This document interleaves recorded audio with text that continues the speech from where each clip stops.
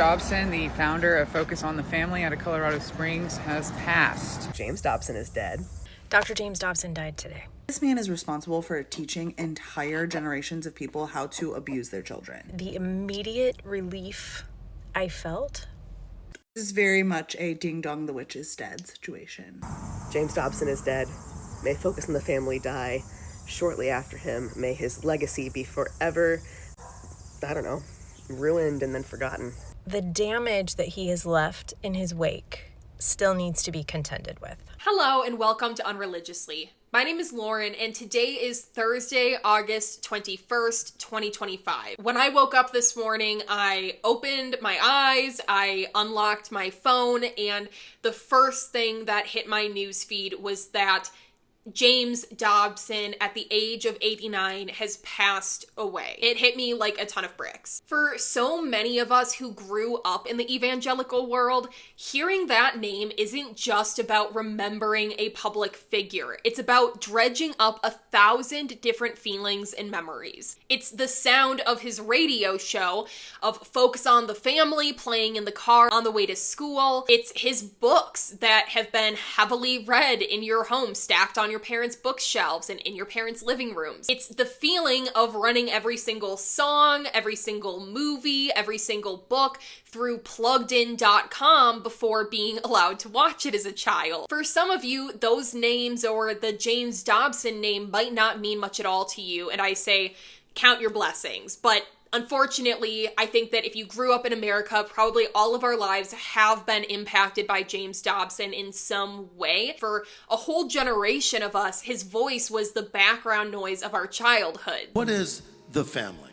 Well, it's defined in Genesis, right? Genesis 2:24, when it says, "For this cause a man shall leave his mother and father and cleave to his wife, and the two shall be one flesh." That's the beginning of the family, the beginning of marriage. It was not man's idea, it was God's idea.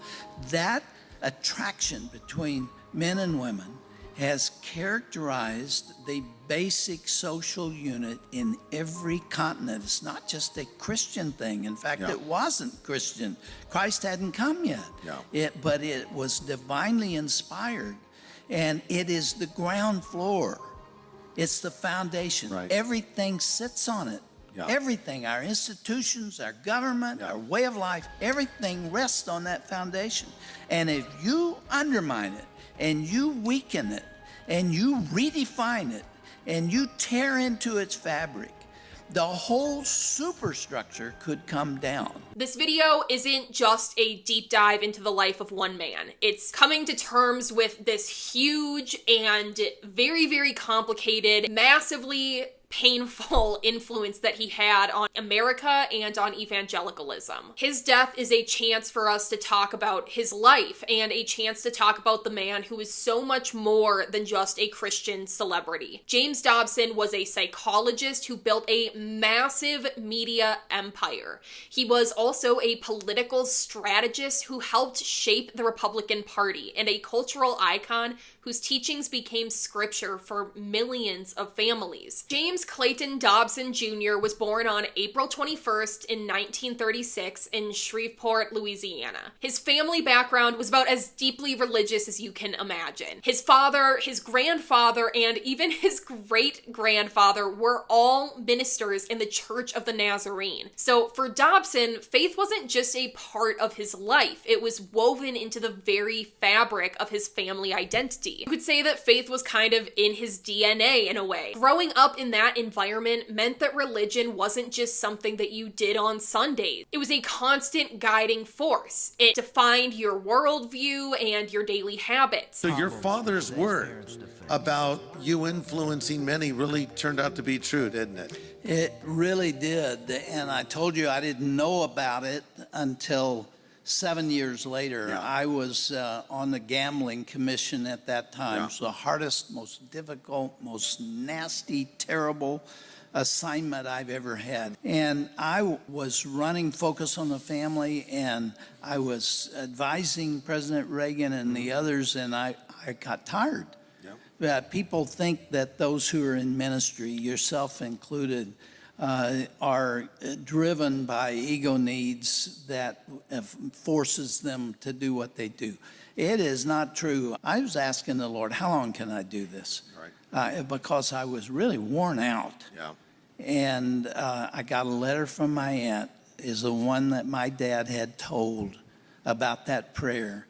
And she laid it out for me, and her last line is, "The end is not yet." According to him, he even said that he was saved at the age of 3. Think about that for a second. A 3-year-old can barely conceptualize what they want for breakfast or dinner plans, let alone grasp the concept of a relationship with a holy and loving God, or the concept of hell or sin. Yet in the evangelical culture that Dobson was raised in, even toddlers were considered capable of making profound spiritual commitments and being deserving of punishment. And what I'm going to say to you at this point may not be accurate, yet I really believe that this inborn nature that I'm talking about, this willful defiance, is probably what constitutes inborn sin. Because it seems to me that this is the characteristic that Adam and Eve showed in the garden. Is there not a similarity between the little 3-year-old in the gymnasium and Adam and Eve in the garden? For God said, Adam and Eve, you may eat of all the fruit in the garden, but don't eat of the fruit in the center of the garden. Adam and Eve, don't go past this line. And they said, but I want to, but I will have my way. But it does not matter that God said not to do it. I will not follow his leadership. I will not yield to his authority. And I think that kind of response represents a sinful behavior that may explain why you don't find this characteristic in the textbooks, because it comes awful close to the concept of inborn sin. There is a nature in children, you and I have it too, which leads us to challenge authority, even loving leadership in that sense. And I think, again, we've probably given too little attention to it. That early immersion in a rigid religious environment definitely helped to shape Dobson profoundly. Dobson internalized these beliefs from the very start of his faith, that obedience and morality were absolute, non-negotiable truths. But here's where Dobson diverged from his family legacy. Unlike those before him who stepped into the pulpit and ministry and completely committed their lives to God, Dobson had a different path in mind. He pursued psychology. He went to the University of Southern California and he earned a PhD in child development in 1967. That decision would end up being pivotal in his career moving forward. Suddenly, he wasn't just another Christian leader offering opinions that were kind of unfounded, except for on their own interpretation of the Bible. He was Dr. James Dobson. The title gave him instant authority, and especially in a culture that deeply did respect credentials. But they get tested too. And the father was telling me that they were in a restaurant, and the 5-year-old was just suddenly bugging everybody and asking who's in charge here. It was so clear that he wanted to know. And he put his fingers in the water and splashed it in his sister's face. He was being sassy to his mother. He was just looking for ways to defy authority. And finally, the father had had it. He'd had enough. He reached the action line. He took the boy by the arm, and he marched him out of the door of the cafeteria and out into a parking lot and behind a car, where he proceeded to give him the spanking he'd been begging for. Now he was able to claim expertise, not just from the Bible, but from his educational background. And he would use that simultaneous authority to bolster his already blossoming career. There was a lady in the restaurant who watched all this happen and became very indignant.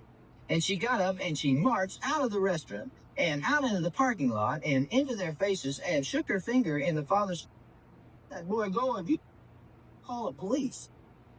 And the 5-year-old, who had been jumping up and down and crying, immediately stopped crying and looked up at his dad and says, "What's wrong with that woman, Dad?"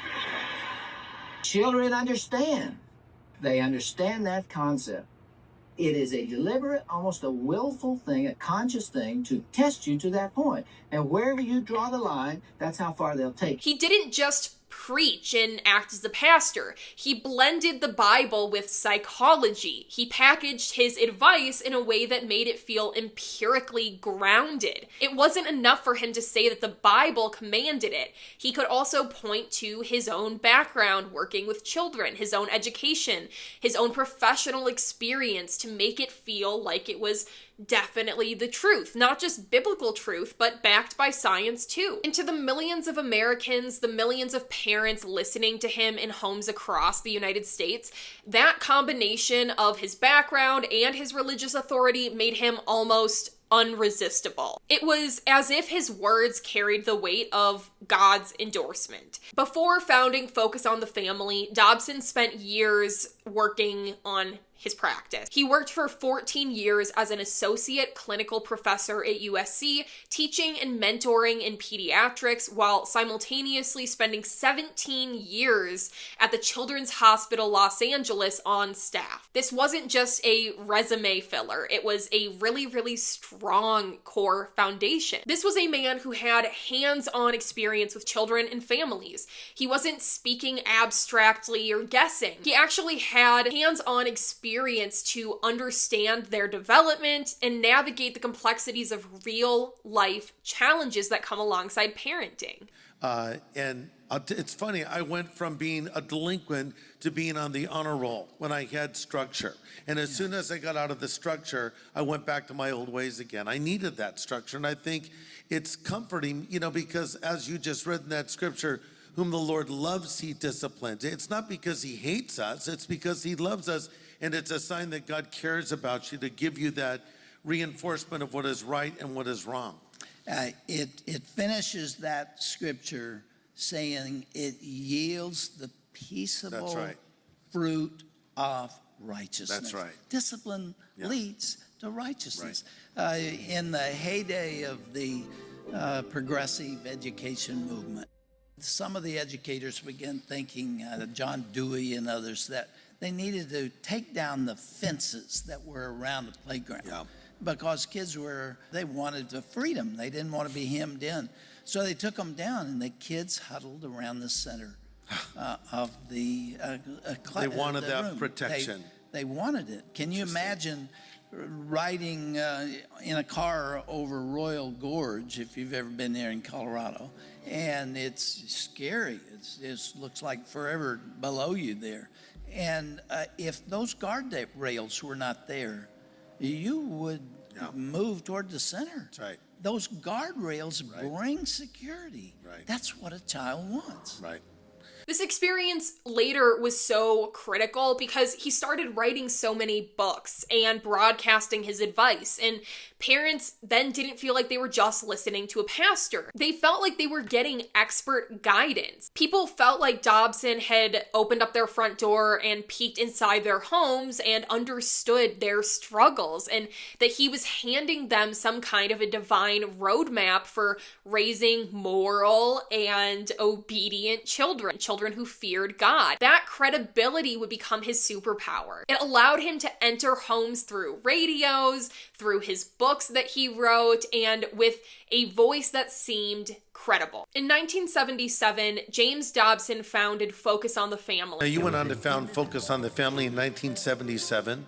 Your radio broadcast was heard on over 7,000 stations worldwide, heard by more than 220 million people in 164 countries. And it didn't take long for it to become one of the most recognizable names in evangelical households across America. From the very beginning, Dobson had an uncanny understanding of how media worked and how to get people hooked. He understood that authority didn't just come from the words that you say out loud. It came from how you said it and how you presented it. On the radio, he was able to be calm and he was able to appear almost fatherly while also giving people this clarity that they were searching for. His voice, the way that he spoke to them, the way he acted like he understood, the meaningful pauses, his insistence, and his religious fervor, all of that created trust with his evangelical listeners. And trust, as it turns out, go figure,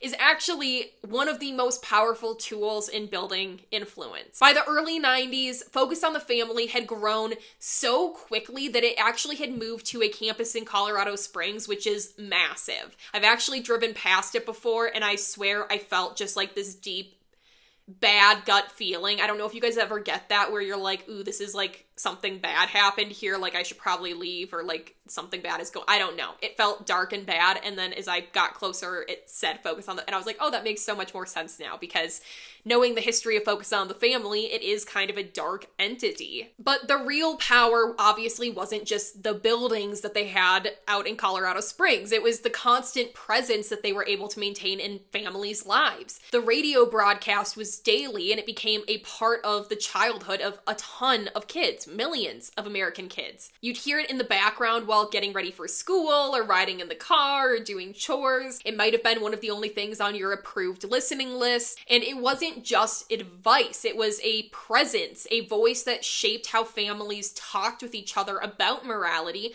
how they viewed obedience, and what the right way was to even raise children. Psychologist and best-selling author Dr. James Dobson shares how to maintain dignity and show courage and confidence in relationships. In this session at the Glen Erie Conference Center in Colorado Springs, Dr. Dobson tells why love must be tough.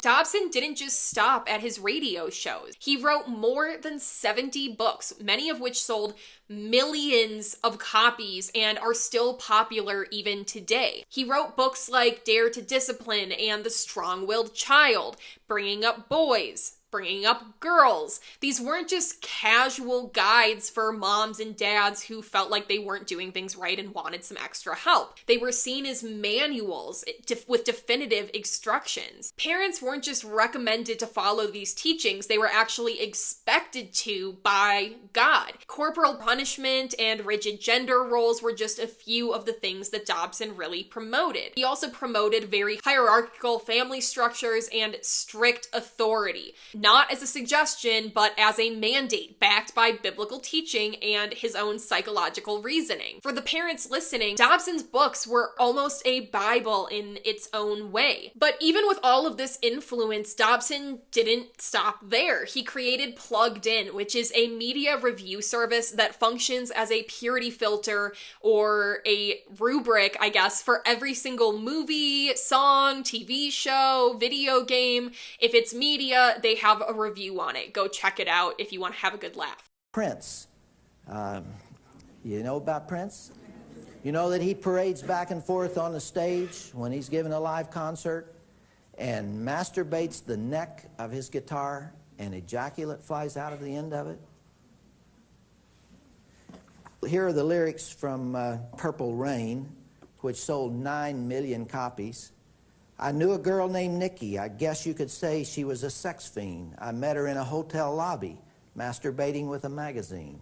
Families weren't just told what to watch, they were told what to approve, what to reject, and what to fear. As a kid growing up in that world, it often felt like those sort of rules were absolute. To step outside of them, even slightly, was a violation not only of parental authority, but of divine expectation. In many homes, Focus on the Family wasn't just a business or an organization that provided some literature for them. It was the actual rule book, the law of the household, the governing body, the lens through which they viewed entertainment, friendship, whatever came into the household. When you look at the ecosystem that was created here by the books, the radio broadcasts, the media guides, the newsletters, the conferences, it's really, really alarming and kind of shocking how much of children in this sphere, how much their lives truly could be shaped just by one person's voice. From the stories we read to the music that we listened to, from how our parents punished us at home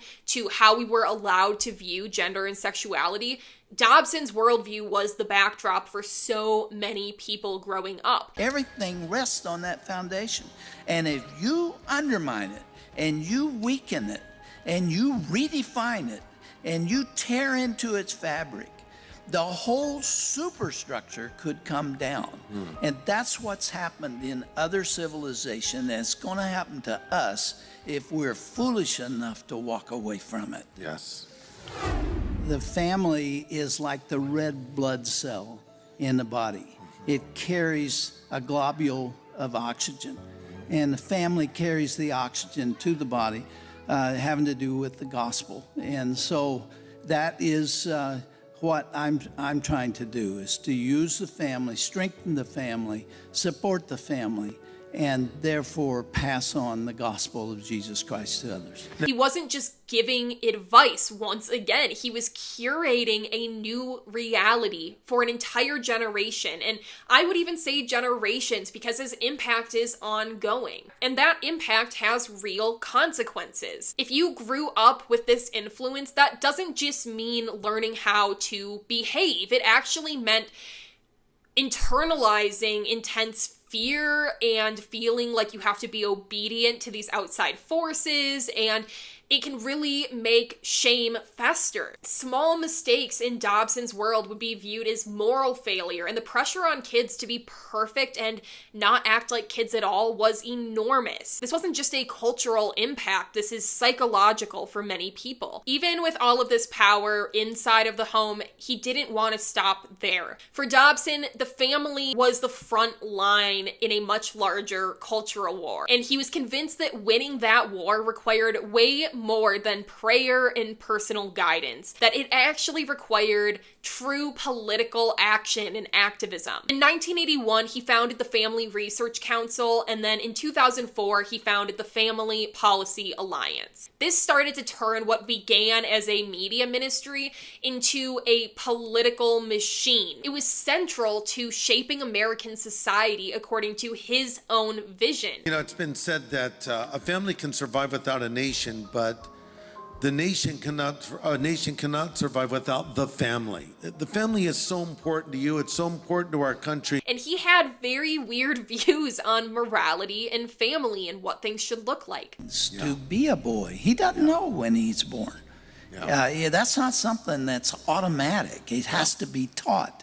And if you have a single mother and the husband's gone and his influence is not there, you got to find a substitute for him. Because a woman is not equipped to teach a boy how to be a man.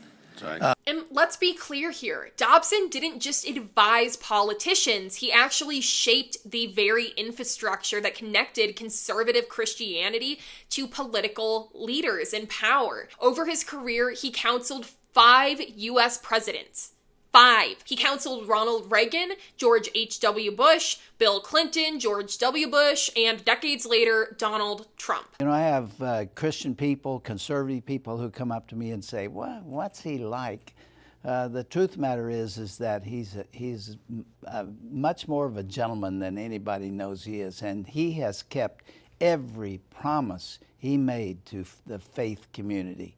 I really do love and appreciate that man. I'm extremely pleased, and I wish people would get off his back. That was back in 2016, where he served on Trump's Evangelical Executive Advisory Board. That kind of access to a president, it's not symbolic. It was strategic and very, very real. He could pick up the phone and get the president in the White House, and he used that influence intentionally. He used his influence to advance the exact same moral agenda that he had preached in living rooms across the country. He wanted to oppose topics like abortion, no shock probably to you. He was also very resistant to LGBTQ+ rights, same-sex marriage, and he really tried to focus on the preservation of family values, traditional family values. He's exceeded all expectations and continues to do so. At the Rose Garden yesterday, he gave a wonderful talk about the religious beliefs and what the Constitution says about our freedom, the religious freedoms, and how he wants to protect them, and he has really done what he could. Yesterday, he announced legislation that he's supporting that would allow people in the medical community to live by their consciences and not violate them, and of course that relates to abortion and other things. So he's He's constantly looking for ways to promote the agenda. He also promoted heteronormative gender roles, and a lot of his framework is steeped in racism. For millions of his listeners, Dobson provided a political roadmap. They had already trusted Dobson with their families, and now they were trusting him with how to vote and how to view politics. So you are now serving as spiritual advisor to President Trump. One of them. One of the spiritual advisors. Do you think President Trump is a believer? You know, only Jesus knows that. Only the Lord knows that. Voted for him. I promoted his candidacy. But Christianity Today asked for an article about him, and I said, this is a flawed vessel. Yeah. He is. He's not a perfect man. And I'm not either. But regardless of that, he made a lot of promises to evangelicals. Right. A lot of them. He has kept every single one of them. Dobson tried to frame same-sex marriage not as a policy issue that we should be considering, but as an existential threat to the nation, if that isn't dramatic enough. Listening to him, it definitely was easy for viewers or listeners to internalize the idea that faith shouldn't be a private matter and that it was a public identity that you should be making public, that by voting Republican, you were proving your faith or getting a badge of honor. Being a Christian should have never meant voting a certain way or aligning politically. It should have never meant that. It should have been about adhering to a set of personal Christian beliefs about your own personal faith. It should have never been about viewing the nation through a lens of moral panic that should have really never existed in the first place. His media reach and focus on the family and the trust he'd already garnered definitely amplified that influence exponentially. The same voice, Dobson's voice, that told parents how to raise their children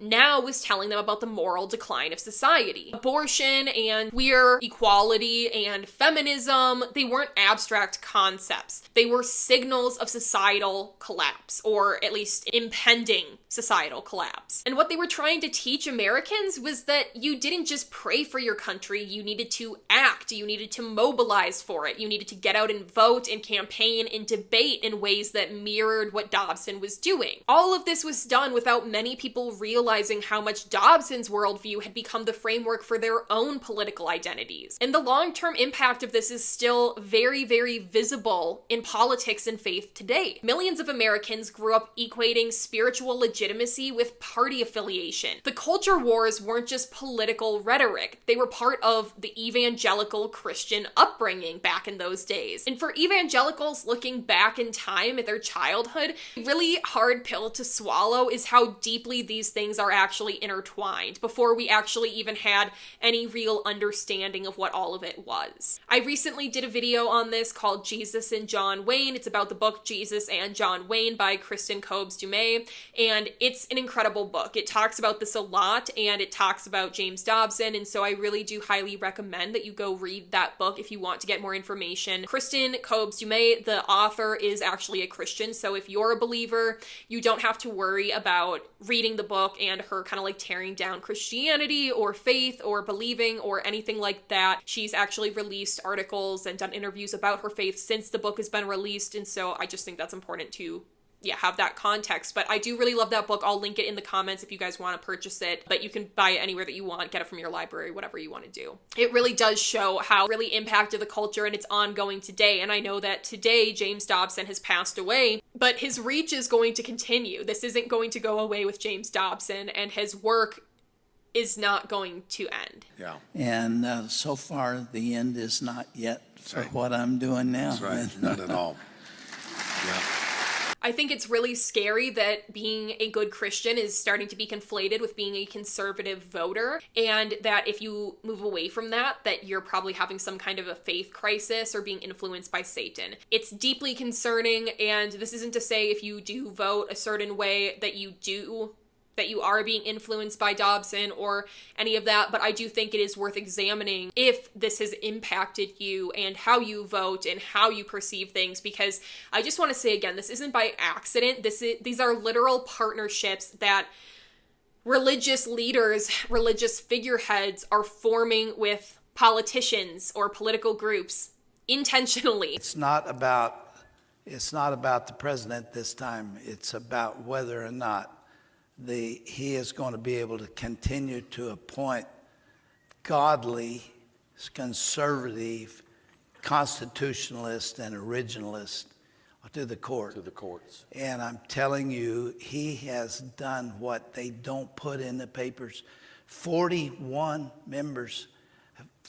people have been appointed to the judiciary since he's been there. There are 81 others that have been approved and it looks like, going to be confirmed. Federal judges. And that's going to change this country if he's given an opportunity to do it. Okay, that is literally what is happening. So this isn't something that we're seeing something that's not there. This isn't a mirage. This is very, very real and very, very terrifying. And if you know about Christian nationalism, I do think it's something that everybody, including Christians, should be afraid of. I want to go into some of the specific harms that I think that Dobson's beliefs and his rhetoric have caused. So the first one that I think we have to talk about is his abuse to children, the discipline and trauma that comes from these beliefs. So in his book, Dare to Discipline, Dobson argues that a child's will needs to be broken in order to be a good adult, to be a faithful adult and someone who works hard. Spanking isn't just recommended, it's actually framed as being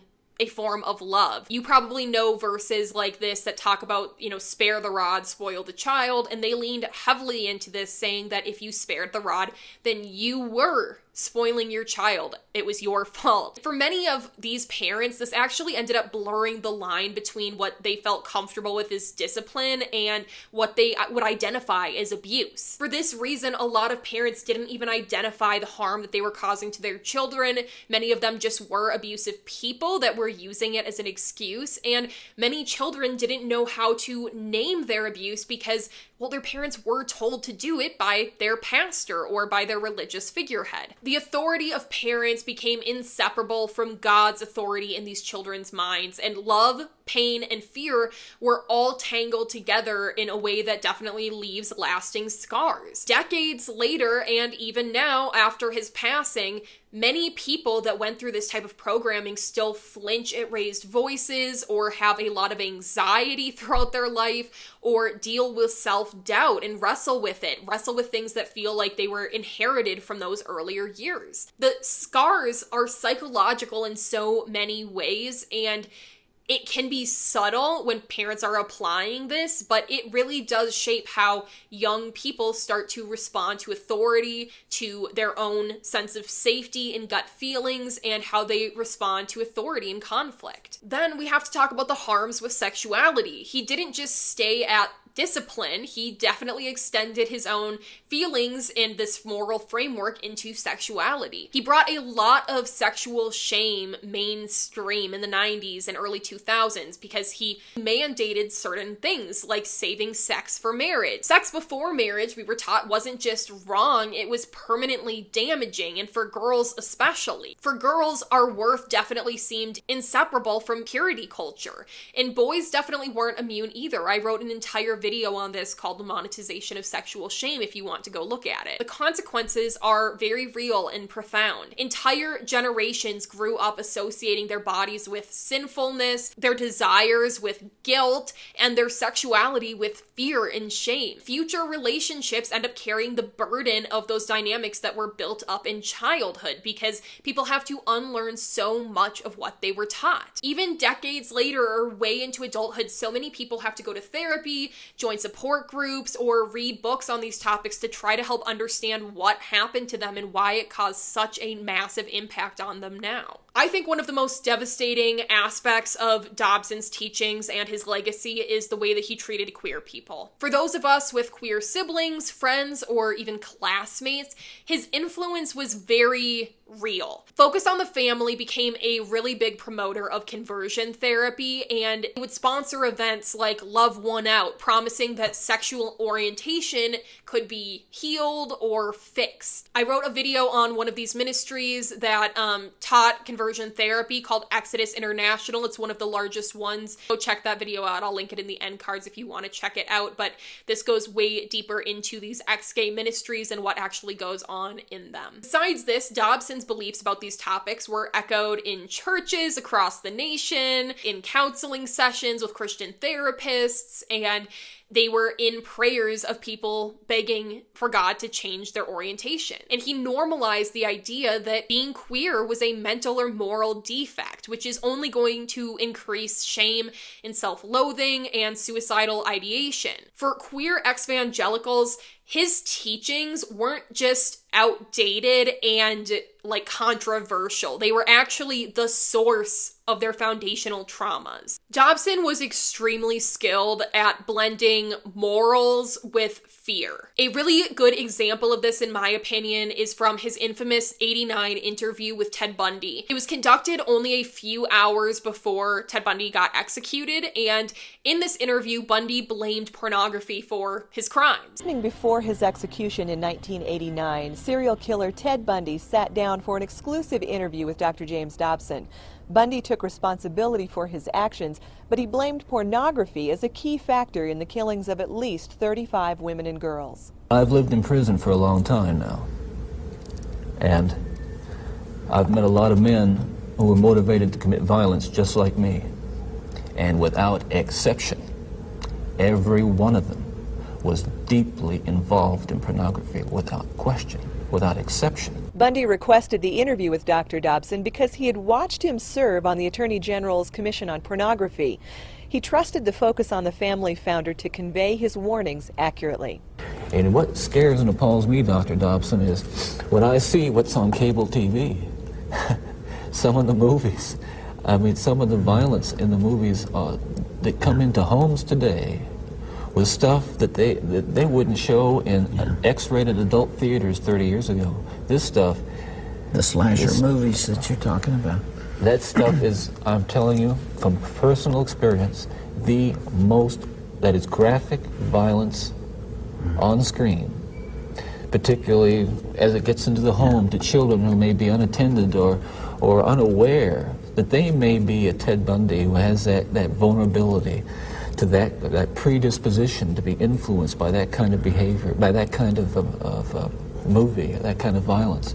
Daniel Weiss with Focus on the Family Action says Bundy's words were prophetic. I think there's a real disconnect in society where we can even 20 years later look at Ted Bundy and say, hey, we condemn what this man has done.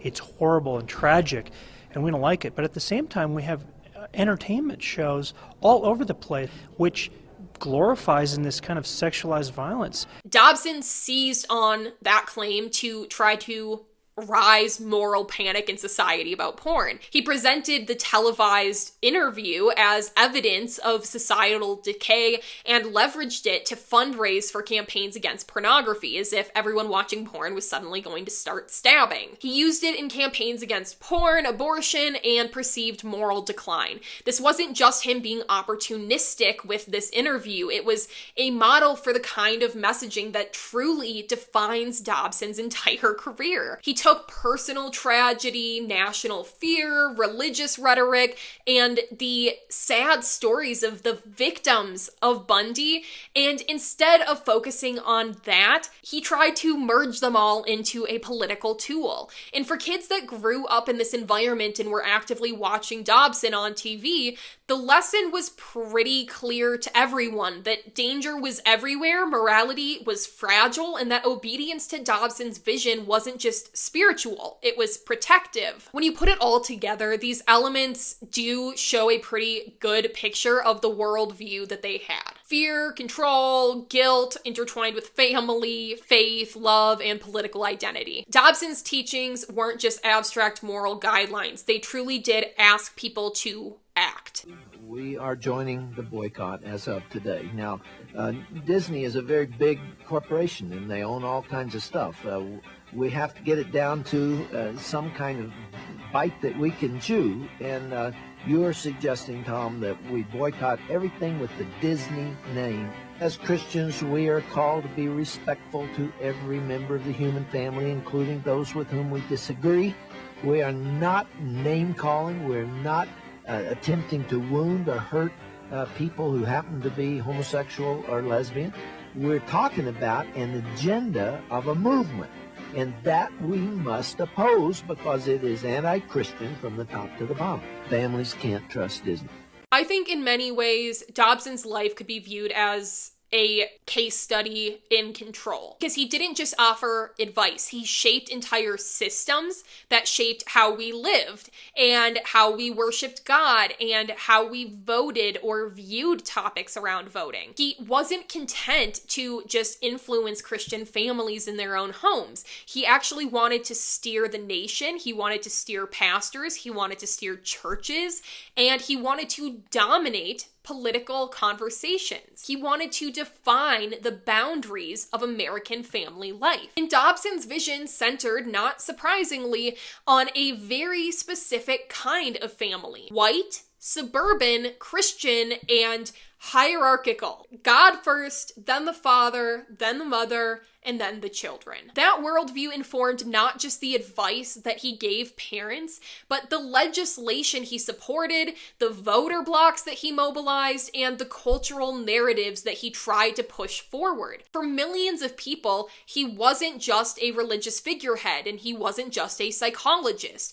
He was a cultural mastermind. Even after stepping down from focus on the family in the early 2000s, he didn't just fade into the background quietly and retire. He actually ended up launching the James Dobson Family Institute and a new radio program through that, which is called Family Talk. Since then, you've gone on to found your ministry, Family Talk. For Family Talk, here's Dr. James Dobson. Perhaps one of the most difficult. This really solidified that his voice would stay in the homes and in the cars of American Christians, especially evangelical ones. In his older years, he also really leaned heavily into being a grandfatherly, patriotic type of person, and he carried a lot of weight from this image in conservative spaces. He got honors from institutions like Liberty University and invitations to advise prominent political leaders. He wasn't just remembered in these later years, he was still continuing very, very actively. Hard to forget because he never left. Dobson's death, then, as of today, isn't just the end of one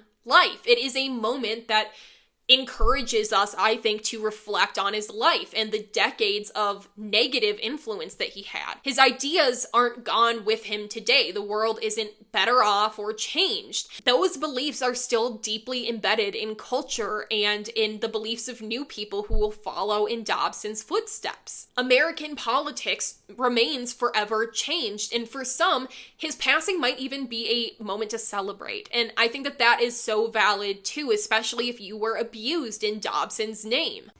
James Dobson, one of the guys responsible for bastardizing the scripture and marrying the Bible to republicanism, is dead. This old Texas Paul. Hope your coffee's as good as mine. Yeah, James Dobson is the guy that said that if your son is acting up, your kid is acting up, take him into the shower with you and show him your penis. And he'll see that your penis is bigger, and he'll do what you say.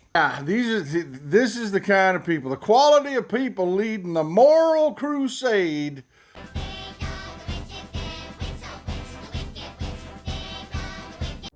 Guess who died? Dr. James Dobson.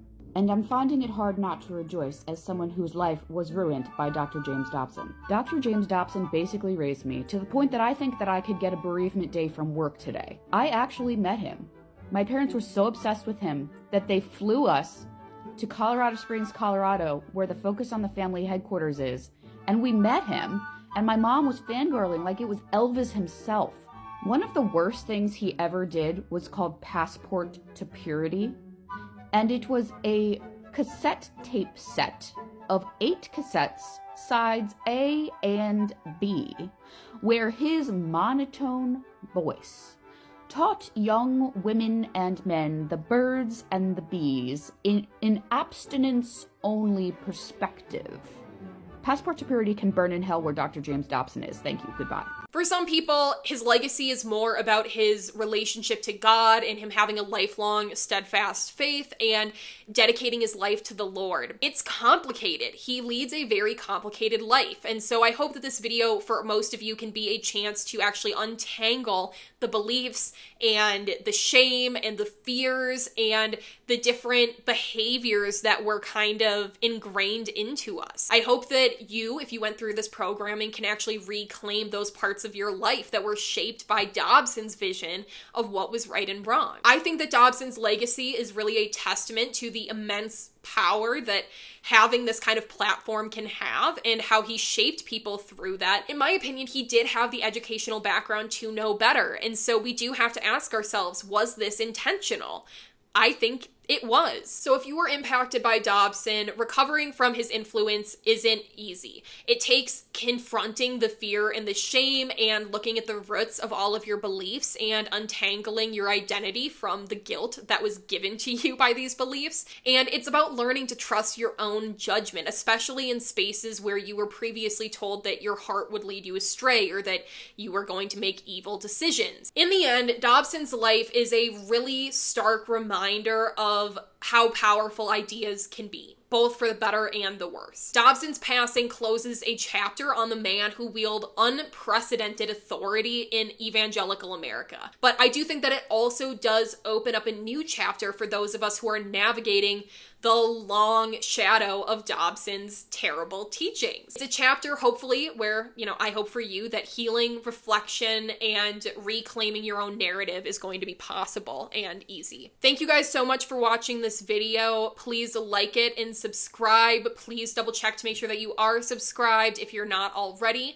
If you want the support but you don't know what to comment, please comment a dove or a white bird down below. It really does help push the videos out a lot further, and it will make it possible for me to keep doing YouTube. As you guys know, I lost my job a little while ago, and so YouTube has been massively helpful in supplementing that income, and so your views really do make a big difference to me right now, and I really do appreciate it. If you want to support me further, you can always check out my channel memberships. You will get access to priority comment responses, videos early, like private polls, a bunch of other stuff. Go check it out for yourself. If you're in any kind of a bad position right now, or you're having a hard time, or you're just not interested in those perks, please don't do it. But if you are, then definitely feel free to take a look. I would love to have you there. Thank you guys so much for watching, and I hope you have a great rest of your week. I'll see you in the next one. Someone asked me to prove the existence of God, and I looked at them and I said, have you seen a tree? All right, you guys, this is the first thing that I'm filming. Actually, it's the second, but I have to put it in because I just deserve this crash out, okay?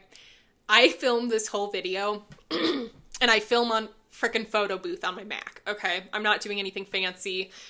It's photo booth on my Mac, and I need to find something else, because if you're ever like, this is weird B-roll in the video, it's because every time a text comes through, photo booth completely, it just puts a black screen for my image for 10 seconds, and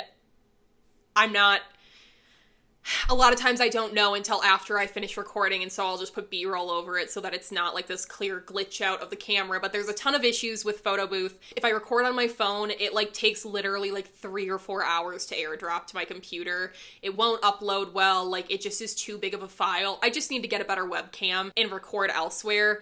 This is all to say, today for the first time ever, I recorded the entire video, over an hour, and when I got out, it just showed an empty box. It was oh, this video is broken immediately after being done. So I'm crashing out a little bit.